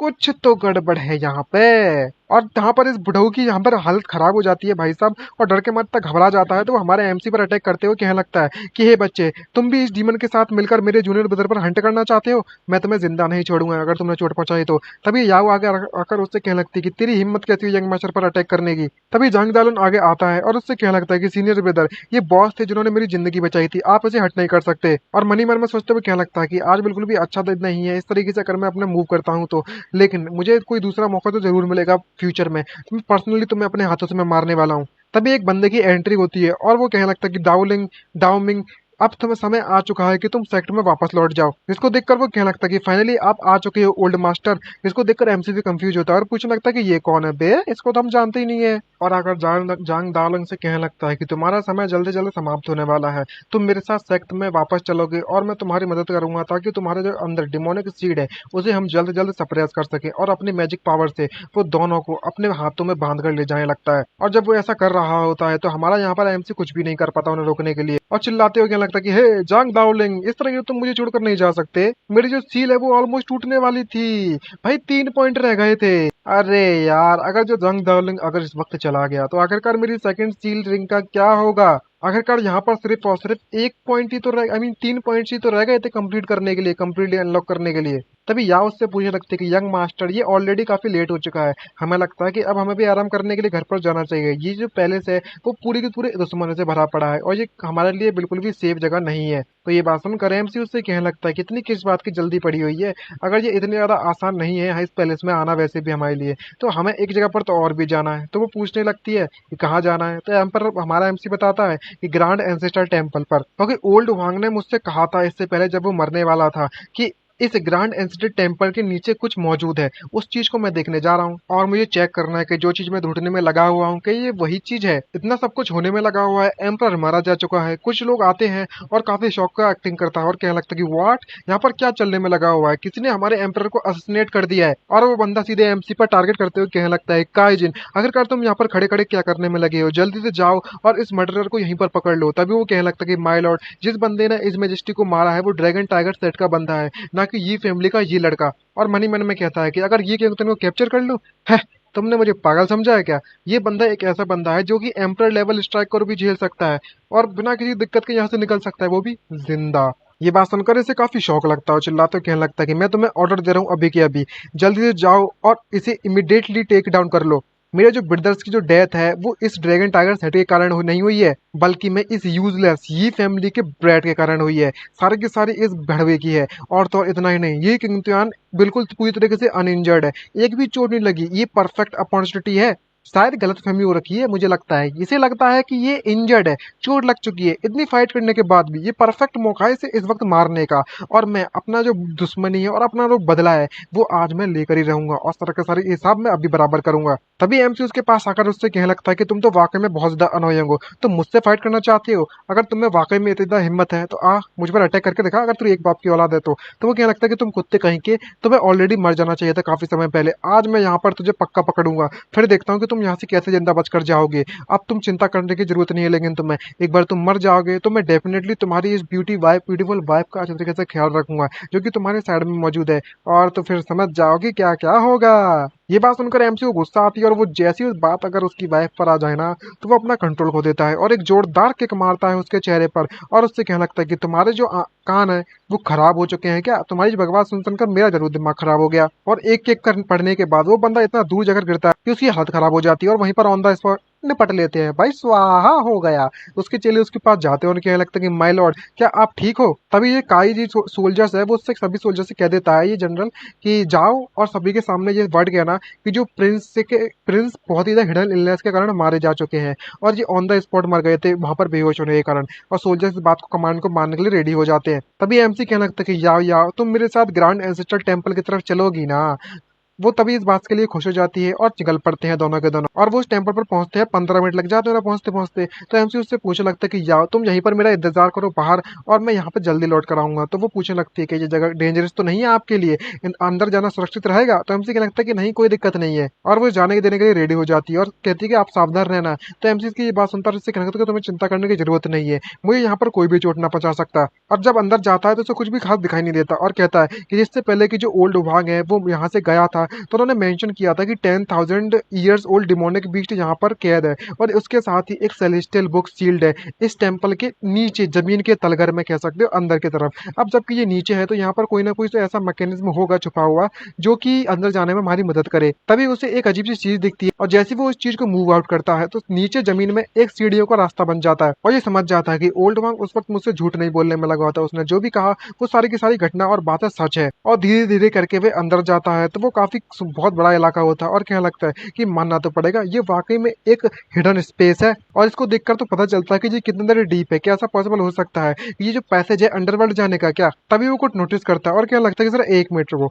आखिर का जो सीलिंग इंस्क्रिप्शन है वो डीमन क्लैन की यहाँ पर क्या करने में लगी हुई है? अगर मुझे सब कुछ सच सच सही से याद है करेक्टली याद है तो ये डीमन क्लैन है उसे तो हायर प्लेन में होना चाहिए था, वो तो यहाँ पर अपेयरेंस होनी नहीं चाहिए थी। अगर वो यहाँ पर मौजूद है इसका मतलब ये हुआ कि जो हाई लेवल डिमोनिक बीस्ट थे वो यहाँ पर सील किए गए हैं। लगता है कि मुझे थोड़ा सावधान रहकर आगे बढ़ना चाहिए। और जैसे ही हमारा एमसी जाकर जाकर कुछ देखता है तो वो पूरी तरह से शॉक हो जाता है क्योंकि उसे एक डिमोनिक बीस्ट दिखाई देता है जो कि ड्रैगन जैसा दिख रहा होता है और उसी के पूंछ के ऊपर एक चमकती हुई बुक दिखाई देती है और कहने का लगता है कि अच्छा तो ये है वो डिमोनिक बीस्ट और जिस बुक को मैं ढूंढ रहा हूँ क्या ये वही सेलेस्टियल बुक है? मेरी तो वाकई में बल्ले बल्ले हो गई। सबसे पहले मुझे डाउडी जिंग मिला और वो कंफर्म हो चुका है सेलेस्टियल बुक वो या जो गाना गाने के बाद से। फिर उसके बाद सेकंड मिली मुझे थी लियांग गांग कुई जो कि कंफर्म हो चुकी थी सेलेस्टियल बुक। उसके बाद मैं एक एक करके क्लोज आता गया और तीसरी बार अब मुझे आ चुकी है ये वाली बुक जिसके मैं काफी नजदीक हूँ।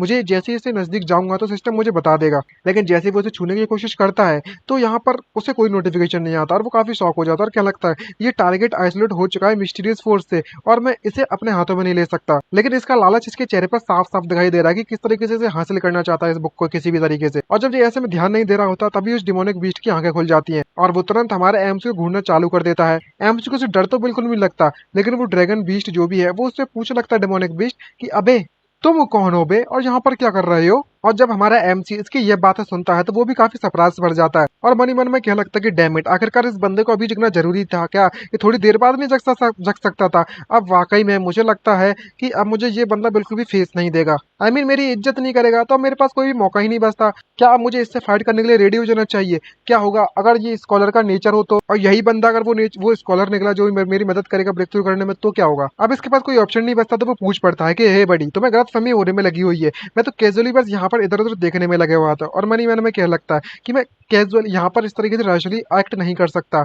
मुझे सबसे पहले तो ऑब्जर्व करने की जरूरत है कि सिचुएशन क्या है। तभी डिमोनिक बीच उससे कहने लगता है कि ये जो स्मेल आने में लगी हुई है तुमसे वो काफी ज्यादा एंटाइजिंग है। ये काफी समय हो चुका है मुझे जब से मैंने इतना डिलीशियस स्मेल सूंघी है। मुझे तुम्हें सूंघने के बाद तो काफी भूख लग पड़ी है। एमसी इस बात को देखकर काफी शॉक हो जाता है क्योंकि जो डिमोनिक बीस्ट है वो डायरेक्टली हमारे एमसी पर अटैक करने के लिए कूद पड़ा ताकि वो उसे खा सके। लेकिन जैसे ही वो एमसी को खाने के लिए आगे बढ़ता है तो जो सील में वो कैद होता है वो सील वहां पर एक्टिवेट हो जाती है और उसको काफी बहुत ही ज्यादा पेन महसूस होने लगता है और वो जोर जोर से चिल्लाने लगता है। और जब वो एमसी को नहीं खा पाता तो वहीं पर धीरे से लेट कर रोने लगता है। तो एमसी को कुछ अजीब लगता है और क्या लगता है कि जरा 1 मिनट रुको जी, और तो को जाना पहचाना सा क्यों लगने में लगा हुआ है? इस बंदे को देखकर ऐसा लग रहा है कि ये तो केओस होली लैंड से आया हुआ है। और तो और इतना ही नहीं बल्कि में जिस चीज से वो ट्रैप्ड है वो हेवन डिफाइंग फॉर्मेशन है यहाँ पर। और डिमोनिक बीस्ट कह रहा होता है भूख लगी है कुछ तो दे दो खाना खाने के लिए। एमसी इसकी हालत देखता है तो मन ही मन में क्या लगता है कि डेफिनेटली ये काफी बड़ा सीक्रेट है। चलो हमें सबसे पहले तो इस बंदे को मुझे अपनी साइड पर रखना पड़ेगा। तो उससे क्या लगता है कि तुम्हें भूख लगी है? अच्छा तो मैं तुम्हारी मदद कर सकता हूँ इसमें। जिसको देखकर उसे उसके मुंह में पानी आने लगता है डेमोनिक बीस्ट में, और उससे क्या लगता है कि सच में। तो एमसी उसे बताता है कि ऑफ कोर्स ये बात है, लेकिन सबसे पहले तुम्हें ये बताना होगा कि तुम कौन हो, तुम कहाँ से आए हो, और वो जो बुक है वो तुम्हारे पीछे वो क्या चीज है। तो वो डिमोनिक बीस्ट बताता है, और उससे कहने लगता है कि मेरा नाम यान बाई है, और मैं एक अनदर दूसरी डायमेंशन से इस वर्ल्ड में आया हुआ हूँ, और जो ओल्ड गीजर्स है उन्होंने मुझे यहाँ पर बांध कर रखा गया है इस नाइन ड्रैगन इन्फर्नो फॉर्मेशन के द्वारा। और तुम उस बुक के बारे में बात करो तो जो बुक है वो एक्चुअली में इस फॉर्मेशन की आई है। अगर तुम इस बुक को तोड़ देते हो, आई को तोड़ देते हो, तो बुक तुम्हारी हो जाएगी। तो एमसी इस बात को सुनकर काफी खुश होता है, और इससे कहने लगता है कि तो वाकई में रियली में हेवनली बुक है। मुझे पता था, मुझे ये फॉर्मेशन के बारे में पता सही चला है। अगर मैं वाकई में किसी तरीके से इस फॉर्मेशन को तोड़ने में कामयाब रहा तो मेरे को ये बुक मिल जाएगी और तुम आजाद हो जाओगे। मैंने सही कहा ना? अगर ऐसी बात है तो मुझे एक बार ट्राई तो करने दो। इस बात को सुनकर डीमन कहने लगता है कि यूजलेस है, यहाँ तक कि तुम अपनी पावर को भी खड़ी कर लोगे ना, इकट्ठा कर लोगे तेलू रियलमी के, तो भी तुम इस फॉर्मेशन के आई को डिस्ट्रॉय नहीं कर पाओगे। लेकिन एमसी हार मानने के लिए तैयार नहीं है, और वो ट्राई करने की कोशिश करता है। तभी उसे कुछ याद आता है कि जो नाइन ड्रैगन इन्फर्नो फॉर्मेशन है उसे फॉर्ज किया गया था नाइन एजुलर ड्रैगन की स्पाइंस को यूज किया गया था क्रिएट करने के लिए, इस बाइंडिंग चेन्स को बनाने के लिए, जिससे कि ईच स्पाइन इंस्क्राइब की गई है एक नाइन लाइफ र्यून्स के साथ। और जो सीक्रेट चैम्बर है ना उसके अंदर 1.3 मिलियन र्यून्स मौजूद है।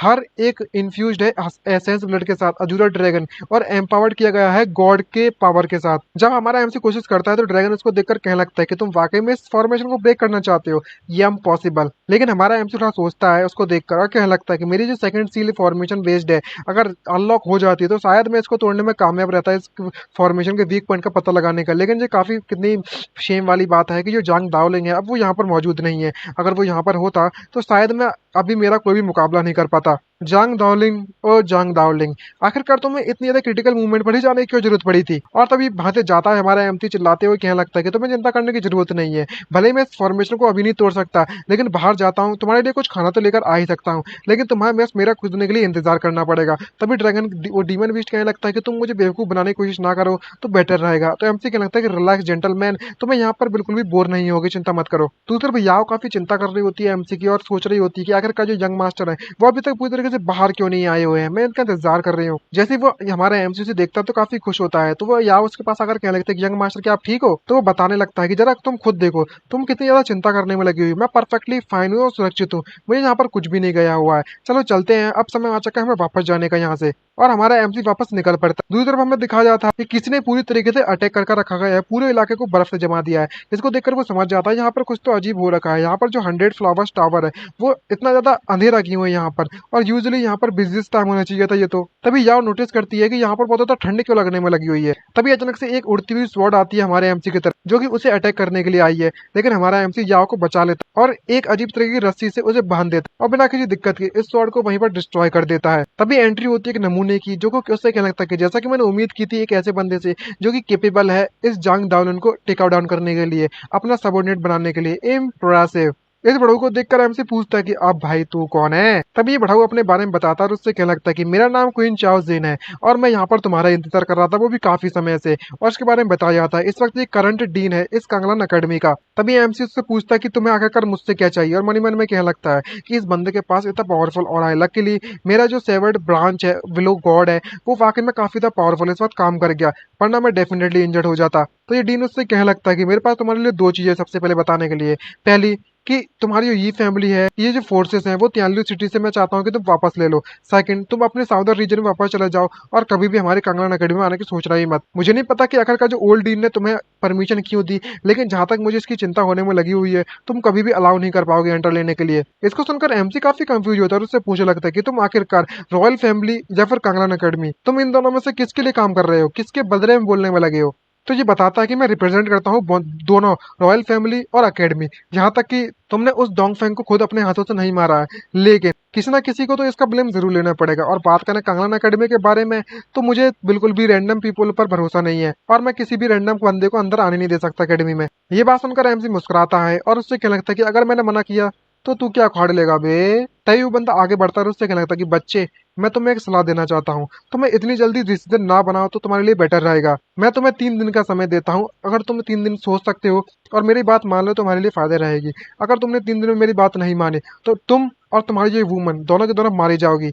और उसने एक ट्रिक का इस्तेमाल किया है याओ याओ को ट्रस्ट करने के लिए, एक बीमारी देने के लिए, जिसको देखकर एमसी शॉक होता है, उससे पूछने लगता है कि याओ याओ तुम्हें क्या हुआ। यहाँ पर उसके मुंह से ब्लड निकल पड़ता है, उसकी हालत खराब हो जाती है और काफी कंफ्यूज होता है हमारा एमसी और उससे पूछता है कि तुम्हें क्या हो रहा है। तो वो बताने लगता है कि यंग मास्टर मुझे बहुत ज्यादा कोल्ड महसूस हो रहा है। तभी वो डीन उससे क्या लगता है हंसते हंसते, ये मेरी हेवनली कोल्ड डिवाइन स्किल के द्वारा स्ट्रक किया गया है, अगर ये कोल्ड डिस्पेल नहीं किया गया 3 दिन के अंदर अंदर तो वो सेवरली इंजर्ड होकर मारी जाएगी। ये देखकर एमसी को बहुत ज्यादा गुस्सा आता है और उससे कहता है कि डैम इट, तेरी हिम्मत कैसी चुपके से स्नेक अटैक करने की, वो भी मेरे सामने होते हुए। जहाँ पर वो डीन गायब हो जाता है और उससे कहने लगता है कि अगर तुम मरना नहीं चाहते हो या फिर तुम्हारी अपनी वुमन को मरवाना नहीं चाहते हो तो मैं तुम्हें 3 दिन का मौका देता हूँ, तुम खुद अपना डिसीजन करो। तभी हमारा एमसी उसे अपनी गोद में उठाता है और उससे क्या लगता है कि तुम्हें वाकई में ऐसा लगता है कि तुम्हारी फोर्स के सामने मैं इस तरह से सबमिट कर लूंगा, एक चांस भी नहीं दे सकता। एक बार मैं याओ याओ को एक पूरी तरह से क्योर कर लूं तो मैं डेफिनेटली अपना हिसाब तुमसे बराबर करूंगा, तुम चिंता मत करो। मैं तुम्हारे सर के लिए आने वाला हूँ, तुम्हारा सर कलम करने के लिए।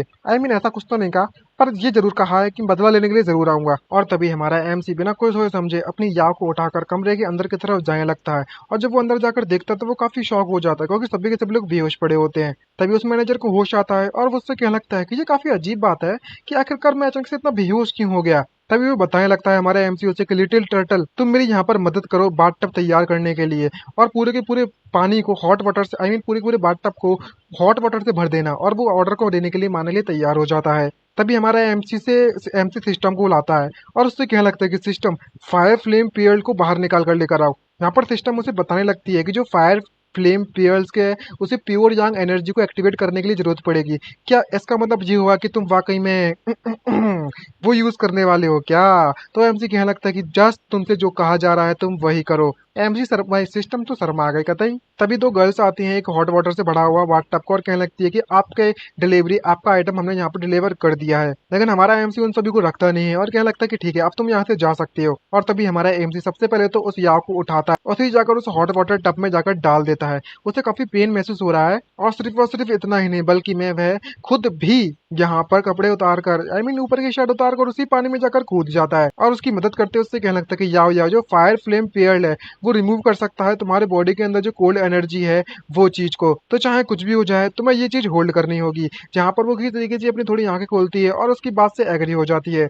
तभी उसकी कोल्ड एनर्जी रिमूविंग प्रोसेस वहां पर स्टार्ट होती है और अचानक से वो बहुत ज्यादा एनर्जी रिलीज करने लगता है। उसकी बॉडी से सारी की ठंड की जो कोल्ड एनर्जी है उसको एब्जॉर्ब करने लगता है वो पेड़। उसकी बॉडी में कुछ अजीब से चेंजेस उसे महसूस होते हैं, लेकिन किसी तरीके से फाइनली जो ट्रीटमेंट है वो काम कर जाता है। इसको देखकर हमारा एमसी काफी खुश होता है और याओ को तुरंत गले लगा लेता है। तभी नेक्स्ट सीन शिफ्ट होता है ड्रैगन टाइगर मार्शल एक्ट पर। यहाँ पर जो जाओ डोंगलिंग है वो अभी भी अपनी प्रैक्टिस पूरी तरीके से करने में लगा हुआ है और मेंटेन करने में लगा हुआ है और कल्टिवेशन करता है। और ऐसा करते वक्त उसे काफी पेन भी महसूस होता है और कहने लगता है कि बॉस तुम बस मेरा इंतजार करो, मैं डेफिनेटली तुम्हारे लिए यहाँ पर वापस आऊंगा। यहाँ पर इसका सीनियर ब्रदर कहने लगता है कि जो जूनियर ब्रदर है कि वो वाकई में इस टाइम ब्रेक थ्रू करने में कामयाब रहेंगे।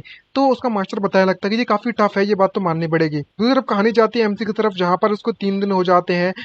तीसरे दिन होती है उसकी जो प्रैक्टिस होती है उसके कारण उसकी जो पूरी की पूरी एनर्जी याओ की बॉडी से बाहर निकल जाती है। और फाइनली जब याओ को होश आता है तो एमसी उससे पूछता है क्या तुम ठीक हो? और वो पूरी तरह से शर्मा जाती है, कोई जिस तरीके से हालत में वो है दोनों इस वक्त उस बात को लेकर। और उससे कहने लगता है कि याक मास्टर तुमने उल्टा सीधा तो नहीं किया? तो एमसी कहने लगता है कि मैंने बस तुम्हारी मदद की थी कोल्ड एनर्जी को तुम्हारी बॉडी से निकालने के लिए, और कुछ भी उल्टा सीधा नहीं किया। लेकिन यहाँ पर याओ के तो इरादे ही कुछ और होते हैं। वो तो सीधे कह पड़ती है अगर यंग मास्टर ने ये चीज तो कोई बात नहीं, आप जो चाहे वो मेरे साथ कर सकते हो। और तभी अचानक से एक जोर का धमाका होता है जिस धमाके के कारण बैलेंस बिगड़ता है और हमारी जो याव है वो सीधे जाकर एमसी के ऊपर जाकर गिर जाती है। जब एमसी जब नोटिस करता है तो वो काफी कंफ्यूज होता है और कहने लगता है कि अब क्या बवासीर हो गई भाई, किसके पेट में दर्द हो रहा है इतना? और पता चलता है कि उससे फाइट करने के लिए कोई और नहीं बल्कि मैं ये भड़वाया होता है वही डीन, और चिल्लाता है कि ये किंगतियान मेरे 3 दिन का समय था वो खत्म हो चुका है और तुमने अभी तक इस स्टैनली सिटी से वापस नहीं गए हो, तुम जल्दी से बाहर आओ और मेरे हाथों से मारे जाओ। और लिटिल टर्टल वहां पर आता है और कहने लगता है कि सभी के सभी सबॉर्डिनेट्स मेरी बात ध्यान से सुनो, इकट्ठे हो जाओ और हम अपने लॉर्ड को प्रोटेक्ट करेंगे चाहे कुछ भी हो जाए। तभी डीन धमकाता और कहने लगता है कि कोई भी जहां पर हमारे एंड फोर्सेस को ऑब्स्ट्रक्ट करेगा हम उसे जिंदा नहीं छोड़ेंगे। और वो अपने इस आइस गोलेम का इस्तेमाल करता है और बिना कुछ मर्सी दिखाए दया दिखाए उन सभी को एक करके मारना चालू करने लगता है और सभी लोग एक करके किसी फूल पत्ती की तरह उड़ जाते हैं। तभी एमसी बाहर आता है और कहने लगता है क्वीन चाओजिन मैंने इसके बारे में तुम्हें ढूंढते ढूंढते खुद नहीं आया, लेकिन तुम मेरे दरवाजे पर खुद आ चुके हो अपनी मार खाने के लिए। और कहता है कि लिटिल ब्लैक जाओ और अपने कंपेनियन को लेकर आओ और इस बंदे को अच्छा सबक सिखा देना। और वो डॉगी एग्री हो जाता है। तभी डीन चिल्लाता और कहने लगता है कि जाओ और ये किंगपियन को जिंदा कैप्चर कर लेकर आना। तभी यहाँ पर मंकी किंग भी आ जाता है, वही डिमोनिक बीस्ट स्टार्टिंग में देखा था आप लोगों ने। वो एक झटके में उसकी उस गोलेम को तोड़ देता है छोटे छोटे, और जोर जोर से घुराना चालू कर देता है इसी के साथ में। जब डोई की आर्मी आ जाती है तो वो उस डीन पर अटैक करता है, तो वो डीन कहने लगता है कि अबे ये क्या बवासीर है, ये तो मैं पहली बार देख रहा हूँ। आखिरकार जो दो डीमन किंग्स है वो यहाँ पर क्या कर रहे हैं। और जैसे ही वो डॉगी उस डीन पर अटैक करता है तो वो डीन आइस स्पेयर बना देता है, जिससे कि उसका अटैक उसको नहीं लगता, और अगले ही पल वो उस डॉगी के सामने से गायब हो जाता है। और तभी एक आइस से बना हुआ बहुत बड़ा हाथ उस डॉगी की तरफ आता है और उससे कहता है, ये किंग, मैंने ये सोचा भी नहीं था कि तुम्हारे पास दो डीमन किंग होंगे किसी ट्रम्प कार्ड की तरह। ये लेकिन यूजलेस है, तुम्हारे दोनों, तुम और तुम्हारे दोनों के दोनों डीमन किंग आज यहीं पर मारे जाएंगे मेरे हाथों से। लेकिन तभी यहाँ पर उसे डॉज करता है हमारे जो डीमन डॉग है उसके अटैक से बचने के लिए, और एमसी उससे चलाते उससे कहने लगता है कि लिटिल ब्लैक, जल्दी जाओ और उस मैटर को जल्दी जल्दी खत्म कर लो। जो जाओ जियाओजिन है वो उन दोनों के दोनों आइस चंक्स पर फाइट करने के लिए डिपेंडेंट है। उन दोनों को डिस्ट्रॉय कर दोगे तो तुम उस जाओ जियाओ क्यू को फोर्स करोगे बाहर आने के लिए। ये बात सुनकर वो तुरंत एग्री हो जाता है डॉगी, और उन पर अटैक करने के लिए रेडी होता है और कहता है कि जिनपिंग अब तुम्हारी बारी अटैक करने की। तभी यहाँ पर वो डिवाइन बीस्ट उड़ने वाला पक्षी जिनपिंग है जिसका नाम वो रखा है, वो यहाँ पर आ जाता है, उन सभी को भून के रख देता है। फिर उसके बाद आती है मंकी किंग की, वो पूरी तरीके से डीमन ऐप पे उसको डिस्ट्रॉय कर देता है, जिसे देखकर वो डीन काफी खुश होता है और कहने लगता है कि इंटरेस्टिंग, यहाँ पर और भी ज्यादा अनदर डीमन किंग्स मौजूद है तुम्हारे साथ फाइट करने के लिए।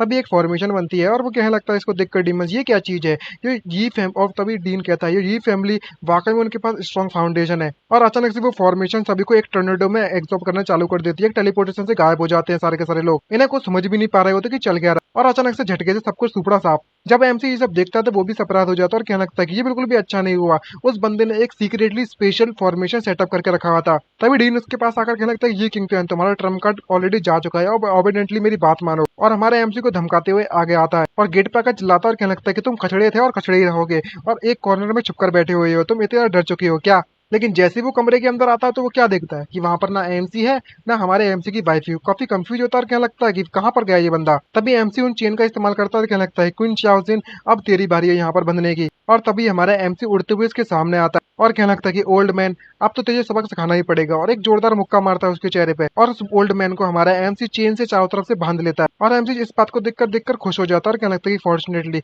मैंने जल्द से जल्द यहाँ पर कंसोलमेंट फॉर्मेशन को सिस्टम से निकलवा लिया था, ताकि इसको मैं जल्द से जल्द यूज कर सकूं, और इस लॉक फॉर्मेशन को बढ़िया काम आ गई, मैंने इस बंदे को बांध लिया है, वरना मैं पता भी नहीं चलता कि ये बंदा किस तरीके से मुझे मार देता और किस तरीके से इस बंदे से निपटा। खैर मार तो नहीं पाता पर निपटता कैसे। और याओ जाओ को लेकर जाता है और कहने लगता है कि अब तुम मेरे साथ आ जाओ रेस्क्यू करने के लिए लिटिल ब्लैक और बाकी लोगों को। ये सारी की सारी चीजें डीन देखता है और कहने लगता है ये इस ट्रेस और कचड़े के पास फॉर्मेशन भी मौजूद है, लेकिन इसने फॉर्मेशन यूज करना कैसे सीखा। और ये कहते कहते बिना कुछ सोच समझे एक झटके में हमारे एमसी की फॉर्मेशन को डिस्ट्रॉय कर देता है, और कहने लगता है कि मैं तो तुम्हें बताना भूल ही गया था कि मैं एक फॉर्मेशन मास्टर हूँ कांगलान अकेडमी का। और उसके बाद वह तुरंत उसे मौका मिलता है तो वो एमसी के पीछे से अटैक कर देता है, जिससे उसे टोट लग जाती है। नेक्स्ट सीन शिफ्ट होता है जेंगी टेम्पल यांग यांग पीक पर। यहाँ पर ये कुछ अजीब चीज नोटिस करता है, और जब इस बात का पता चलता है तो वो समझ जाता है कि उसके बॉस किसी परेशानी में है, और तुरंत उड़ते हुए यहाँ से चला जाता है। और तभी हमारे एमसी को एक फॉर्मेशन से बांध दिया जाता है, जिसको देखकर वो घबरा जाती है याओ।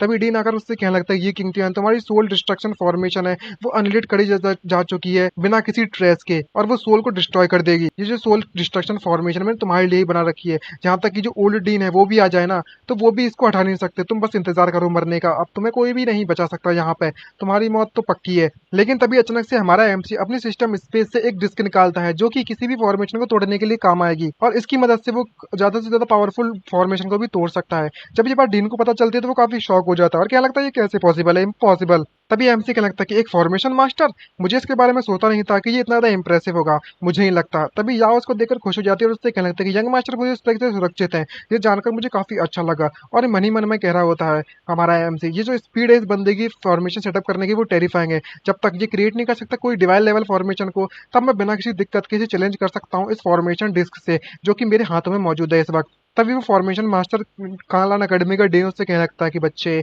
तुम्हें तो कोकी होने की बिल्कुल भी जरूरत नहीं है, और नई ये फॉर्मेशन बनाने लगता है। और उस फॉर्मेशन में कई सारी डिमोनिक बीस्ट बाहर निकल पड़ते हैं अजीब तरीके के एलियन जैसे, और कहने लगता है कि अब तुम पक्का मारे जाओगे मेरे हाथों से। और वे सभी के सभी लोग मिलकर हमारे एमसी पर अटैक करना चालू कर देते हैं, लेकिन एमसी के पास ये डिस्क मौजूद है तो वो बिना किसी दिक्कत के सिर्फ डिस्क को उनकी तरफ थ्रो करता है, और वो सारे के सारे जो दुश्मन है उसके आंखों के सामने मारे जाते हैं। और एमसी उसको देखकर मुस्कुराते उससे कहने लगता है कि अच्छा तो ये है आखिरकार, ये तुम इससे मुझे मारना चाहते हो। जिस बात जानकर डीन काफी शॉक होता है और कहने लगता है कि ये क्या चलने में लगा हुआ है, इस बंदे ने मेरी फॉर्मेशन इंस्टेंटली तोड़ दी, लेकिन कैसे। तुम इस तरीके से मजाक नहीं कर सकते मेरे पास, ये इम्पॉसिबल है। और तुम जैसे कचड़े के साथ तो यूजलेस बंदा है जो कि ये फैमिली का मेंबर है, उससे तुम्हें बिल्कुल भी नहीं हार सकता, बिल्कुल भी नहीं। और उसका टारगेट सीधे याओ की तरफ जाता है, तो वो हमारा एमसी याओ को बचाने के लिए आगे आ जाता है। और जितना चल ही रहा होता है तभी हमारे एमसी का चेला वहां पर आ जाता है, जाओ दांगलिंग, जिसको देखकर एमसी काफी सरप्राइज होता है और जांग दावलिंग उसे तुरंत बचा लेता है अपने पावर से। और ऐसा करने के साथ साथ हमारे एमसी के शरीर पर जो सील लगी हुई होती है, हमारा एमसी इस सील को तोड़ देता है और उसकी सील जीरो हो जाती है। जब इसे ये बात का पता चलता है तो वो काफी ज्यादा खुश होता है हमारा एमसी। और फाइनली यहाँ पर आसमान से जोरदार बिजली कड़कती है और वो बिजली कड़कते कड़कते सीधे जाकर हमारे एमसी के ऊपर जाकर गिरती है, जो कि पर्पल थंडर होती है। तभी उसकी बॉडी में जो चेंजेस होते हैं वो उसको नोटिस करता है और कहने लगता है कि मुझे अब काफी ज्यादा अच्छा लग रहा है, जो सेकंड सील है वो फाइनली अंडन हो चुकी है। सिस्टम चेकआउट करो मेरे जो कितने ज्यादा पॉइंट्स थे वो कितने अलग हुए हैं इस बार।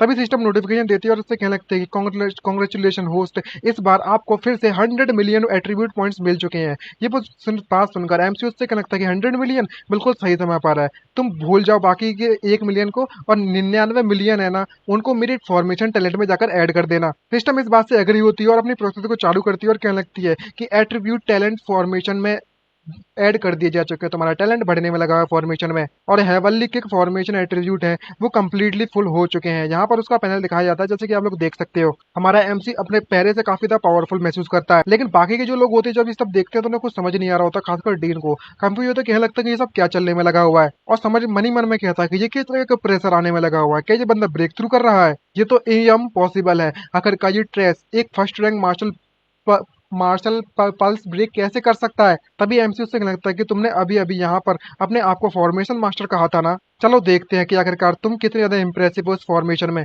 अब बारी आती है हमारा एमसी की फॉर्मेशन दिखाने की। अब ये लोग फॉर्मेशन फॉर्मेशन खेलेंगे और एक ही झटके में हमारा एमसी की जो फॉर्मेशन होती है वो उसी डीन को उठाकर दूर फेंक देती है, जिसको देखकर डीन काफी घबरा जाता है और कहने लगता है ये किस तरीके की फॉर्मेशन है, क्योंकि हमारे एमसी की फॉर्मेशन इसे कैद कर लिया। और हमारा एमसी बताता है मैंने बस कैजुअली इसको क्रिएट कर दिया है, अभी तक इस फॉर्मेशन का कोई नाम नहीं है। ये बात सुनकर डीन शॉक होता है, उससे कहने लगता है कि तुमने कैजुअली फॉर्मेशन क्रिएट कर दी है, यहाँ तक कि जो स्ट्रॉन्गेस्ट फॉर्मेशन मास्टर है वो भी क्रिएट नहीं कर सकते इस तरह की फॉर्मेशन को, ये इम्पॉसिबल है। आखिरकार जो ये फैमिली का एंसेस्टर है वो तुम्हारी मदद करने में लगा हुआ है, सही कहा। तभी हमारा एमसी एक चुटकी बजाता है और उससे कहने लगता है कि बहुत होगी तुम्हारी बकवास, तुम बकवास करना बंद कर दो। और उसे पेन होने लगता है डीन को। जब जांग दावलिंग इसको देखता है तो काफी खुश होता है और कहने लगता है कि सिर्फ कुछ ही दिन हुए हैं हमारे बॉस को छोड़े हुए मुझे, और ये हमारे बॉस फॉर्मेशन मास्टर बन चुके हैं, कितनी इंक्रेडिबल वाली बात है। और डीन की हालत बहुत ज्यादा खराब हो जाती है और तभी डीन भी अपनी पावर दिखाता है और कहने लगता है ये क्रिंतियान तुम बस मेरा इंतजार करो, मैं पक्का तो उससे अपना बदला लूंगा। और वो टेलीपोर्टेशन फॉर्मेशन एक्टिवेट कर देता है और काफी खुश होते हुए नजर आ रहा है और कहने लगता है कि आज आज मैं तुम्हें इस बात का रिग्रेट जरूर करवाऊंगा कि मैं तुम्हें कांगन एकेडमी में आने नहीं दूंगा, तुम पक्का पक्का सफर करोगे। और वहां से गायब हो जाता है ये कहकर। जब हमारा एमसी इसे देखता है तो कहने लगता है कि ये जो कितना बोरिंग होने में लगा हुआ है, ये इतनी आसानी से डर कर अपनी दुम दगाकर भाग चुका है। और जैसे ही ये डीन यहाँ से भागता है तो उसकी फॉर्मेशन डीएक्टिवेट हो जाती है, इसके सभी के सभी डिमोनिक बीस्ट है वो भी वापस आ जाते हैं रियलिटी में।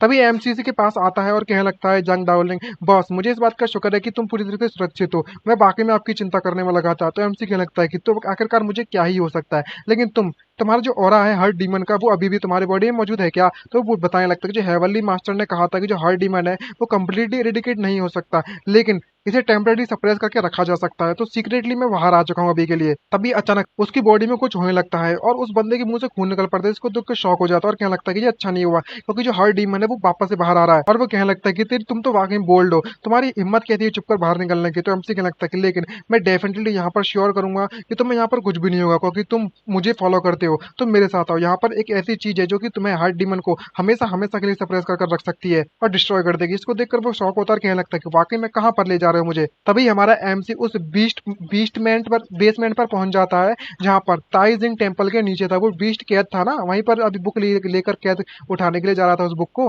हेवनली बुक जो भी बुक थी वो। और यहीं पर हमें इस ड्रैगन को दिखाया जाता है। और इसी सरप्राइजिंग ड्रैगन के साथ मेरे जो ऑफिशियली ट्रांसलेटेड चैप्टर्स थे ना वो सारे के सारे मैंने एक्सप्लेन कर दिए इस सीरीज के। जो अनऑफिशियल ट्रांसलेटेड है ना दूसरी वेबसाइट पर, अगर वो मन किया तो करूंगा, अगर अच्छा रिस्पॉन्स मिलता है तो, वरना कोई नई सीरीज देखेंगे। खैर मन किया तो देख लेंगे, वो आप पर डिपेंड करता है। तो आज के लिए इतना ही, मिलते हैं नेक्स्ट वीडियो में। Bye bye, sayonara signing out. और अपना ख्याल रखिएगा गाइस, बाय बाय। बस लाइक कर देना और कुछ नहीं।